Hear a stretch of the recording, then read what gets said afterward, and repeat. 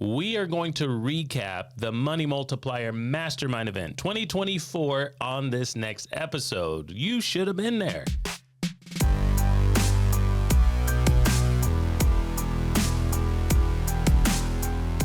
Welcome back to the Cash Compound Podcast. I'm JDew. And I'm Jonah. We're talking through the latest, greatest event. Jonah, it's been 2 years since the Money Multiplier was able to put on a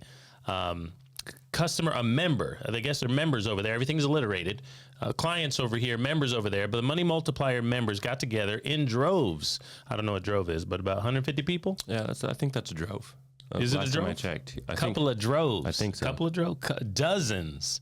Would you say dozens, or that makes it sound like it's less than 150? It's a drove, for sure. It's a drove. And we drove. This is true also. Yes, from Greenville, South Carolina, where we are, to NashVegas. That's the capital of Tennessee, I think, according to the Animaniacs back in the day. Well, also our drive was a little bit longer than we should have been because of the Hurricane Helene damage up through North Carolina. So with us living in South Carolina, needing to get all the way to Tennessee, generally you'd go up 26 or 40, I-40, and there's a lot of damage up in that area. My goodness. Our thoughts and prayers are still with Western North Carolina at this time after Hurricane Helene. And we had to go way around the long way. There's literally no roads up through that section, Well, so. and you don't know our car. You have a Tesla, Yep. and the Tesla didn't seem to know. And we were like, we should not go up that way. We might be lost in the woods. Yeah, there was a couple road signs that said major delays, like I-40, I-26. Literally, expect major delays. And because I think you have to go around, through the small towns that still do exist. So I know we have clients there. Jesse on our team is in that neck of the woods. Literally, he's out there in the bush, in just beyond in Tryon, just beyond the border, and it's been devastating. Yeah. I think they're still looking for families out there. So really, really wild. So we went to Atlanta, the Chattanooga route. And when we got to Nashville, the party was on. Started out with a VIP dinner. That was great. We got to mix and mingle with a lot of the people who are on staff at the Money Multiplier who we have worked with alongside for years, but we don't get in the same room with them. We've turned our system into a virtual agency and coaching and education environment. Lots of content, lots of Zoom meetings, lots of phone calls. So it was really great to see everybody in person. Yeah, and of course you can't have a VIP event in NashVegas, a VIP dinner, without a live band. It was a good time. Without a live band. It was a great idea. We had a live band that was fun, and a lot of song requests. I think the fan favorite was Morgan Wallen. There was a few requests for Morgan Wallen, even from big man himself, Brent Kessler, head honcho. He was like, get him to play Morgan Wallen. I was like, what song? He was like, any song. I've heard of this guy, but I don't listen to music like that. Yeah. And the Kessler family had just come off a Morgan Wallen concert. Yep. I don't know if it was in Nashville or was in a different city in Florida. But prayers to our folks in Florida who came through another hurricane as that weekend was starting to happen. What was the name of that? Milton was coming through Florida, the Kessler family, Stephen Nagy, some of our friends who are on staff, and of course, lots of people were just displaced. The University of Florida had a football game against the University of Tennessee, so tons of people were in Nashville just for two things, to get to the game and out of the way. So it was a wild time, but I really was blessed and encouraged to see so many great people who were all over the country coming to descend on Nashville to learn about their financial future, to kind of get their plus one involved as well. Nashville is a destination. So they came with their plus one. One or two people came with children. A lot of the children didn't attend, but they were in the hotel somewhere. They were hanging out, and they were able to just hear from the best of the best in the business. The Money Multiplier, the Cash Compound, we are organizations that do financial education first. And so to be around people who are going to educate you and walk you through not just policy mechanics. So many of you out there, and we cater to you because we want you to understand policy mechanics, but then the practicality. How are we going to use this? Are we going to be investing in it? What is the retirement path that I'm thinking toward 20, 30, 40 years down the road? And how can we use this infinite banking concept for that? Or can we? I'm not even sure. So I think that was really probably the what people took home is practicality. What do you think? I think so. Yeah, but before we get into too much, I know we're going to event recap here. We're going to go through all of the sessions, I think, what was spoken, who spoke on it, what we took away from it. But before we do that, we should remind all of our listeners about our last podcast episode. So if you're binge listening, you've probably heard it. If this is your first time here, or you're watching us on YouTube, you should know that you should go back and watch our last one. On our last podcast episode, we talked about retirement, a retirement number, doing a little bit of retirement calculations. Believe it or not, that was one of the topics touched on at the Money Multiplier event, but we got a full episode, 20 or 30 minutes dedicated to understanding retirement with infinite banking, understanding what we think is very important about how to retire, when to retire, what to do when you retire, and understanding how the traditional method of retirement just may not be serving you the way that you think it is. So that's our last episode. You should back up one and listen to that. And once you're done with that, leave a comment on it so we know you did it, and we'll come back and answer your questions, if any, if you have them. So now that reminds me, let's recap. I'm going to challenge you, Jonah. I'm going to recap not just last episode, but last Mastermind. I wasn't able to attend. It was 2 years ago, 2022, Daytona, Florida, and you were there. I was. You were on the docket. What did you speak on back then? Yeah, I spoke on I spoke on two topics.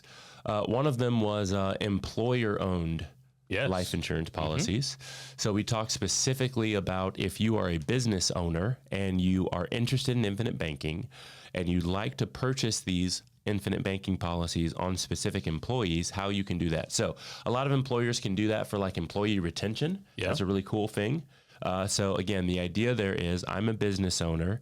I want to incentivize people, good people, to stay and work with me, stay for a long time, 5 years, 10 years, 20 years. But at the same time, I want to practice infinite banking. So I'm going to purchase the life insurance policy on that key employee. I'm going to use the life insurance policy for infinite banking while they're working for me. And then at a predetermined amount of time, 5 years, 10 years, 20 years, that sort of thing, I'm going to give or gift the insurance policy to the employee as the benefit or the reward for staying around. So that was one of the things that I touched on in one particular session. I also had another session where I touched on using cash or financing things. I don't really remember my title to be a little bit more specific, but that was the meat, the content. Well, that brings us into a little bit about what we did this year and a new piece we brought. But on that non-qualified deferred compensation, some of you have heard it like that. What Jonah was saying, he talked on 2 years ago. I really like that idea, not just because you can practice infinite banking now or just employee retention, but think about this. Think about if you're a business owner out there, we serve a lot of business owners. Think about utilizing a policy structure like that for a guaranteed income for these folks after they're done working with you or for you or at a predetermined time, but they haven't retired yet. Yeah, that's really cool. That's a big deal. Pension, guaranteed income, and it can't fluctuate or go down like that 401k. That's a big deal. That's a huge incentive. Again, if you're a business owner, and well, actually, scratch that. If you're an employee, whether it's 1099 or W-2, and your employer offers you guaranteed income after you stop working, hey, if you stay for 20 years and work here, the pension idea, now you have a pension and it's all provided through insurance. That's a huge deal. You can't get that these days at every other job. You know what I mean? There's only very few select jobs where you're going to get that pension. So to be able to offer that to your employees is a big deal. And we do that all through infinite banking, properly designed whole life policies, infinite banking policies. So think about the word pension right here and insurance. Aren't they the same word? So let's go get a pension from an insurance company. Yep. You can do that. So hit us up about that. Fast forward 2024, Jonah, we got there and we met a lot of familiar faces. And one of our key partners was there, several of the key partners from One America Financial, Lafayette Life Insurance Company, as well as Security Mutual. Those are some of the top 3 that we utilize. We don't talk about the companies all the time, but I think we should every now and then shout out to which partners we're utilizing for these specially designed, for the whole life policies, for retirement benefits, for annuities, for asset-based long-term care. Yep. There's a lot of great partners out there. And sometimes people are like just searching the internet and they think this is just a menu that they can go pick and choose what they want. It's custom, folks. It's custom. So we're working with some of these people. And first, I thought our hostess, when we started off, we don't have to go in order, but I was just majorly impressed once again with Hannah Kessler. You and her kicked off the Money Multiplier podcast. Go check that out years ago. And she has just matured and grown into it. But Jonah, she's 25. Is that right? I think so. She might be 24. Get out. 24, 25. Yeah. What did you think about her performance and how she communicated and what she had to say throughout the whole thing? Yeah, I mean, I feel like she's grown up right in front of our faces, right? Mm-hmm. And that's really cool about that. But the most important piece is I think that she's not just that she's grown up, but she's grown up inside of the infinite banking business. And so what that means is when it comes to things like hosting infinite banking events, she knows how to leverage the people around her. Right? She's got a personality where I'm not sure that anyone in our group or unit is going to say something ill about Hannah. Like right. She's got that personality that like, well, Hannah's Hannah, you know, that sort of thing. We like Hannah. And so what she did is she leveraged all of the really talented people that the Money Multiplier can touch, right? All of the really talented people. There's a lot of collaboration that's happening. And so this event was great, just like you mentioned. And it was because of all the collaboration. You've got people and faces and talent from all over plugging in to make the event really cool. So for those 150 people that drove, that came on in, I think they really enjoyed it. Yeah, it wasn't just her, of course. One of the key speakers of this event who helped her plan this, his team was completely involved, was Chris Noggle. You guys know Chris Noggle out there. If you know anything about scouring the internet for infinite banking, Chris Noggle is America's #1 money mentor. He's in Buffalo, New York, normally at home base, but he has so much content around lots of things with the infinite banking space. It's so much, Jonah, and so often a lot of people, I think, get a little bit confused, but he is true to trying to help people take control of their financial life, take back control. That's what they're always saying. And he had several different sessions. What were some of your highlights or favorites about Chris or what he had to say this week? Yeah, I mean, he had a couple different sessions, but really a lot of the sessions that he had were tag teamed with someone else that maybe is newer or has information that maybe doesn't, it's not super flashy and exciting. And so what was really cool is that he put a lot of time and energy into just making sure that the information delivered was going to be correct and accurate, right? And I like that. So some of the disclosures, some of the, hey, we used the attorney, we did this, we did that, we had it fact checked, we used some professors, so we can make sure that this information was going to be accurate when we deliver it. And that goes a long way, right? You can't cut corners. You shouldn't cut corners. People do, but you shouldn't cut corners, especially when it comes to people's finances. If you're going to stand in front of the room and we're going to tell you, hey, infinite banking is guaranteed. Your premiums are guaranteed. Your cash value is guaranteed to grow. Your family is guaranteed to get money after you're gone. You need to say it with certainty, and you need to be sure and not have cut corners to get there. And so that's a big deal for a lot of people, right? A lot of people, when they're first hearing about infinite banking, it's a too good to be true scenario. You can't possibly do that. That's too good to be true. There's no way that'll work, right? And so to know that you've got people leading the ship that are not cutting corners is a big deal. So you said guaranteed so many times. That reminds me of Clay Summers. Clay Summers has been in the business of whole life insurance from a mutual insurance company, One America or American United Life, for 40 years. That's right. That's how old I am. And that man came and brought it. He has a presentation that was new. I thought he was bringing some old material, but he mixed in a lot of great new pieces, and it was called Why Whole Life. Yep. And what he did, actually was spend about 2/3 of the time actually trying to introduce people to the differences in the comparison and contrast between universal life insurance and whole life insurance. So I thought he was going to focus on and double down on whole life, which of course that was probably the conclusion most people took. Yep. But a lot of it had to do with universal life insurance, making sure people understood guarantees or things that were possible but not guaranteed, things that were flexible, but may change and not happen. What do you think about Clay, universal life insurance, and what he brought? Well, first off, of course, we love Clay, right? They call him Mr. One America, and he just because he's been around for so long and he's so good at delivering in the information and content, but we love Clay.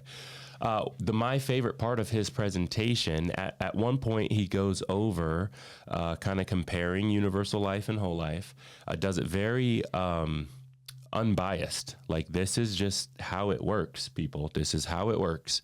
But one of my favorite slides is that he's got a slide that talks about how policies can lapse, how you can lose your policy. And he goes through universal life.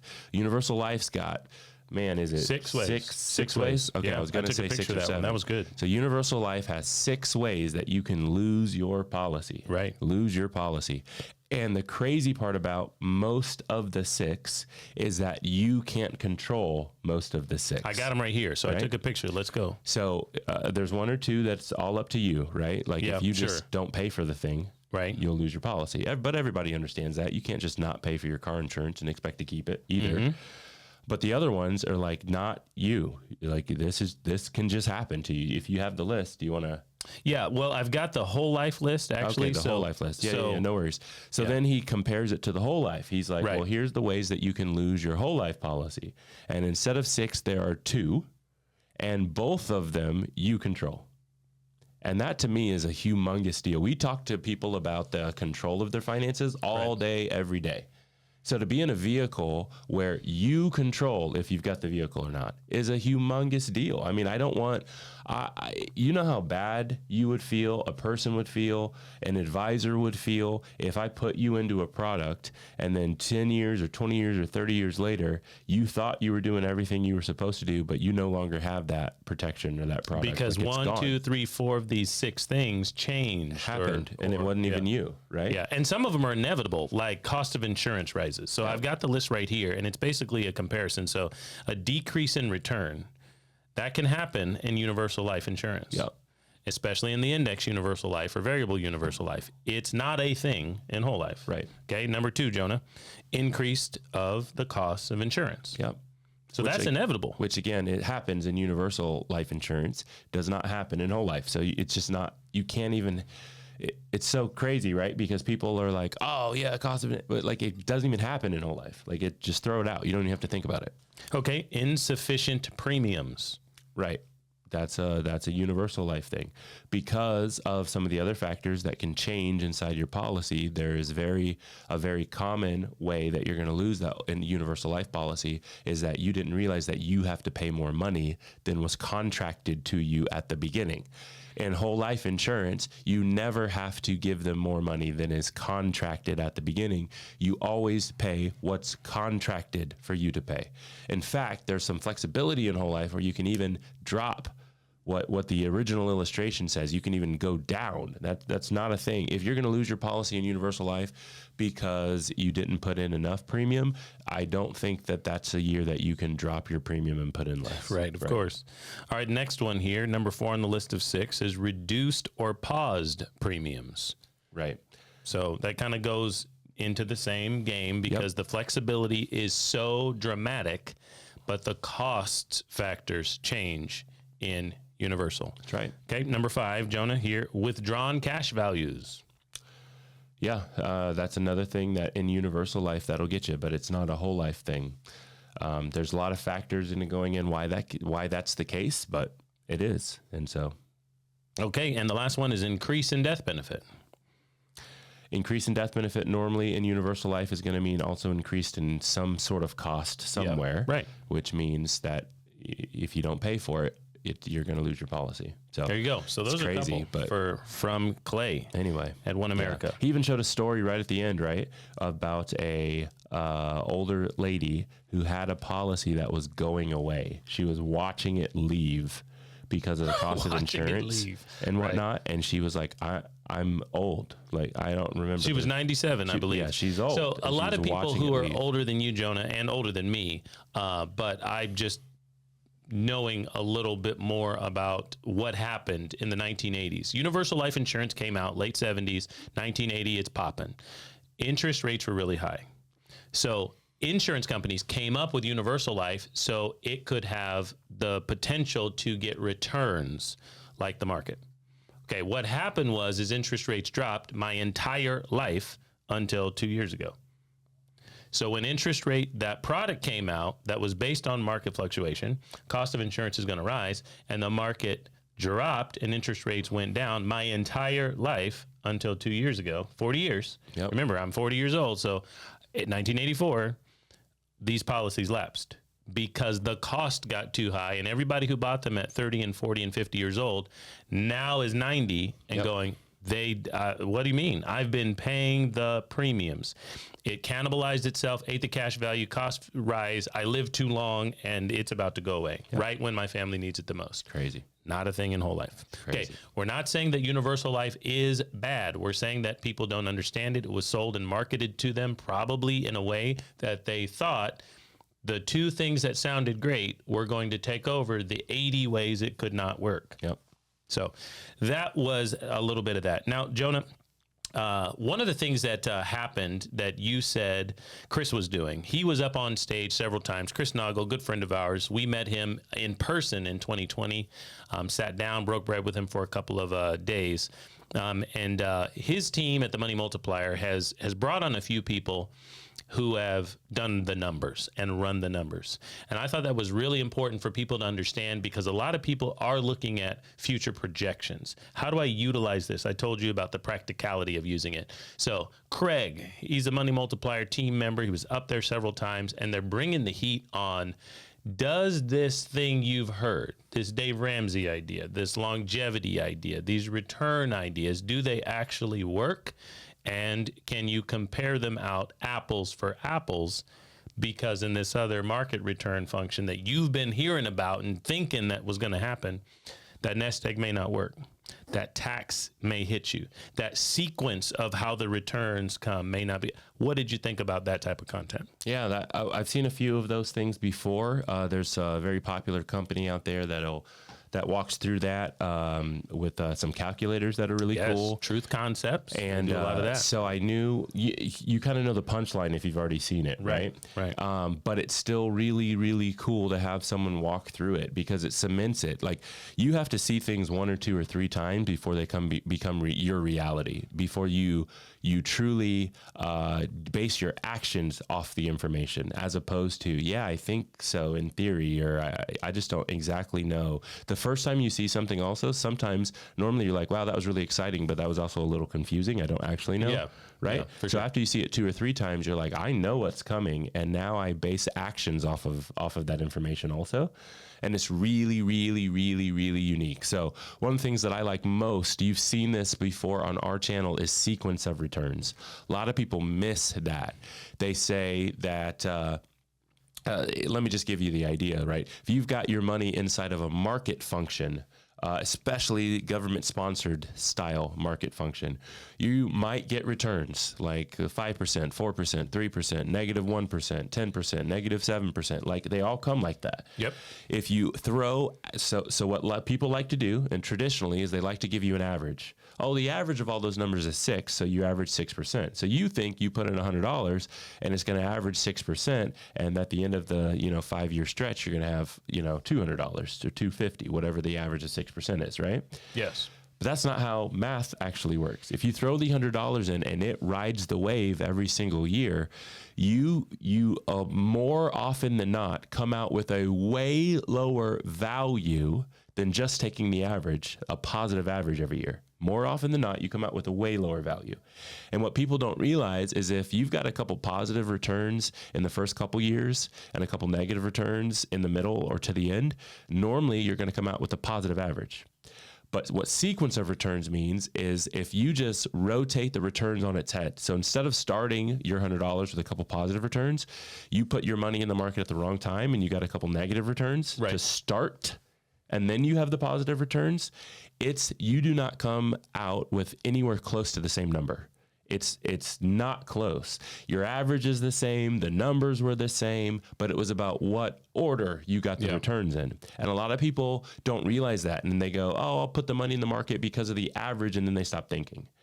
And the reality is use an analogy, right? You're playing with fire. Lightning has to strike you to get this done appropriately, because if they come in the wrong order, you've lost. You've lost all your. You'll never even catch it. You can't recover from a negative 32% S&P 500 year, which is 2008. You cannot. You'll never get back. You have to earn like 70% just to break even. So those of you out there who can do word problems, which is not me. Let me break down one thing that Jonah said here in a way that the word problem people can understand it. However, our next episode is really going to help you with a few things in the number category if you need to see some things. Make sure you subscribe and get there. But remember, here's the big idea. I think I can boil it down to one or two sentences. If you have a negative return on your $100, you've got to remember that your new principal balance is lower. So when you have a positive or negative return on a new lower number, you've got to understand the number is what you could spend. So if you went down on a principal balance, now you have a positive return on a lower number. You can't spend the average. You can only spend the number. So you need to pay attention to what the number was. Yep. It's a big deal. Man, during this Money Multiplier Mastermind, we also heard from Brent Kessler once or twice. I think he started the show and he almost basically finished the show, right? And he had a very powerful session to finish the show. I really enjoyed it. I had never seen him do this style of presentation. What do you think about the way that he finished the show? Brent Kessler came out, ladies and gentlemen, and said, practically, here's how he was utilizing his policies with his family, with his businesses, with his potential partners or lending partners, and how he kind of utilized that. And he showed us his real numbers. Yep. He got raw there and said, here's how many policies I have. Here's my cash value totals. And he started off by telling the family story. So Brent Kessler has 3 children, one of which is a part of the Money Multiplier team. That is Hannah. So she always calls him formally Brent, but, Dad sometimes when we're on Zooms together. So that is his daughter. And what he talked about is she's sandwiched in the middle between 2 boys. And he was saying, here's my death benefit totals. Sometimes when they come over to spend the night at the house, I lock the door, put the dog in the room, have a gun in the bed, because here's my death benefit totals. And I do plan to pass on these legacies to my kids. Now, some of them owe me money, and some of them let me borrow money, and sometimes they borrow money from me, all of that stuff. And so he factored that in. How does the family banking system work? We got to talk more about the family banking system, because that, I think, is now a registered trademark in Canada from our friends Richard and Jason, who've been on this podcast before. But the family banking system is what he walked through and talked through. I really liked it because I think a lot of people out there have 2 problems or challenges in their family banking system. One, they have not communicated their system to the family, and they don't know how. We also had another keynote on that from a guy named Jamie, and he talked about communicating and how we can help people understand what we're thinking and how we can get them to do. That was a really fun session. It was. It really made you think, and it wasn't about money. It was about communication and thinking. And so they have a challenge in communicating that to family. And number 2, because they haven't really had the tenure that Brent has. 2008, he started his first policy. He's got a whole family of policies, over 20 of them now. They haven't seen it grow to the level of we've got policies on everyone in the house. We're actually doing transactions with each other, and we're using it as a banking system, not as we have the potential to borrow from it. They're using them all the time.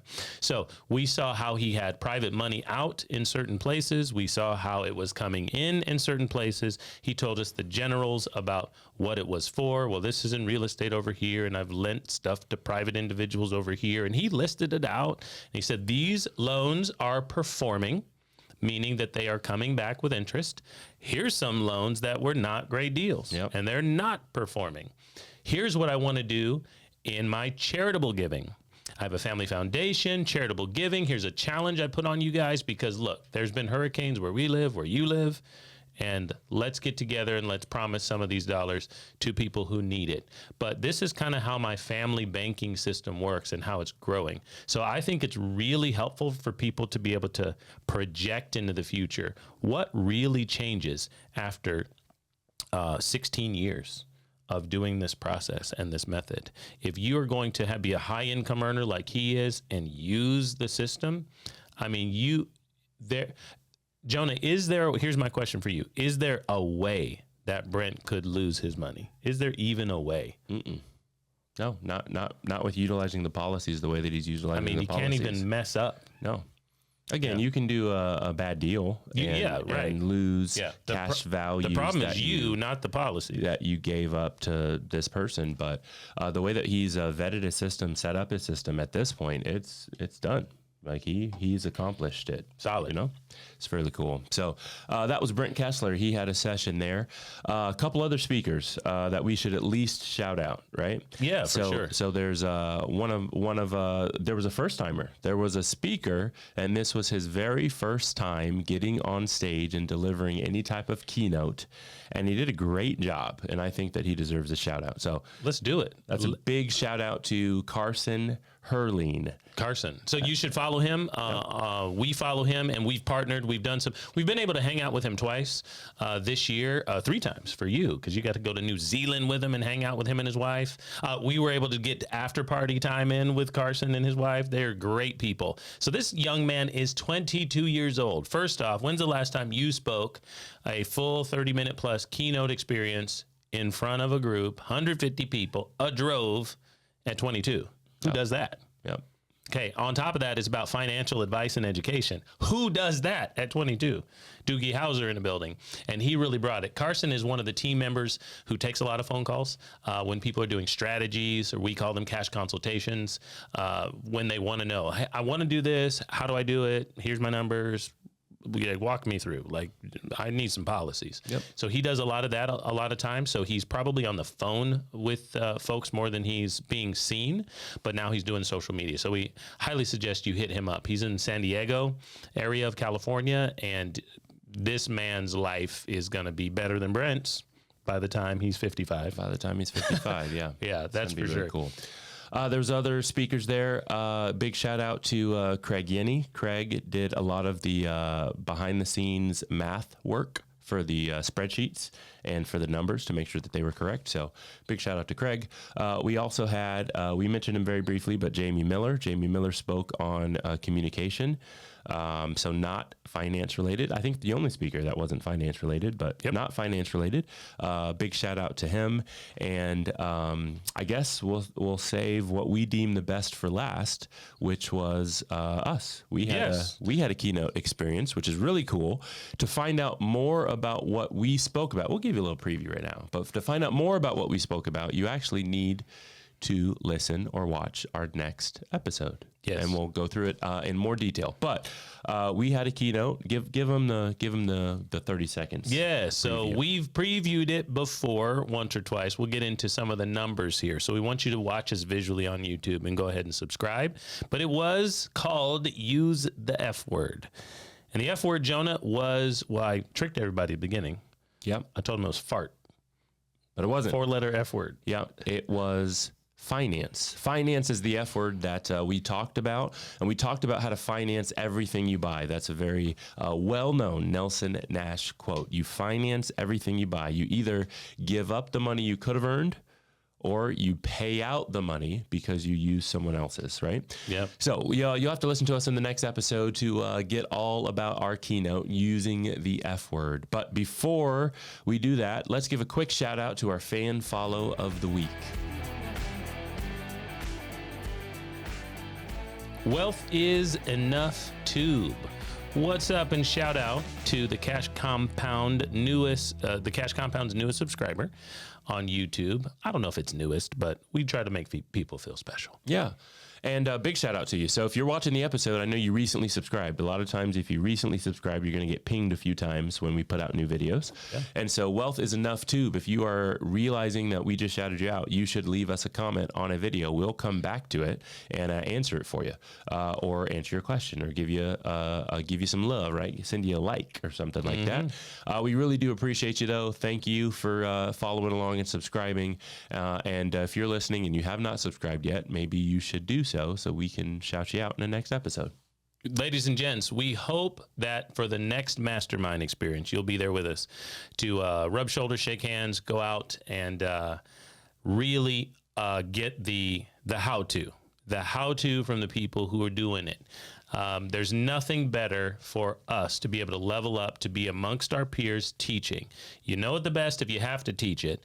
And I guess you know it the second best if you show up to the event. So there are other events. You can check us out on our events tab, the top corner of our website, top right corner, for events.